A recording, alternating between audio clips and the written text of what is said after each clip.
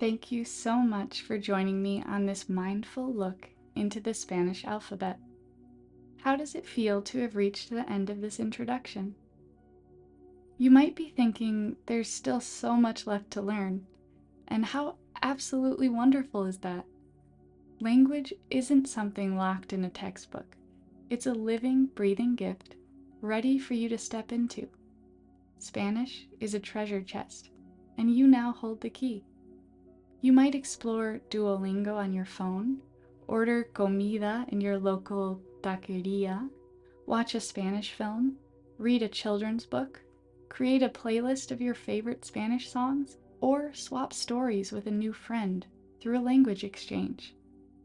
You can start learning with native speakers today on platforms like Tandem, italki, or Verbling. Whatever you love to do, just do it in Spanish. Surround yourself with it. Even change the language settings on your social media sites and take it in like a daily vitamin. Now, just as we have throughout this alphabet journey, let's end with a deep breath. Remember that this is what fuels you and carries you forward.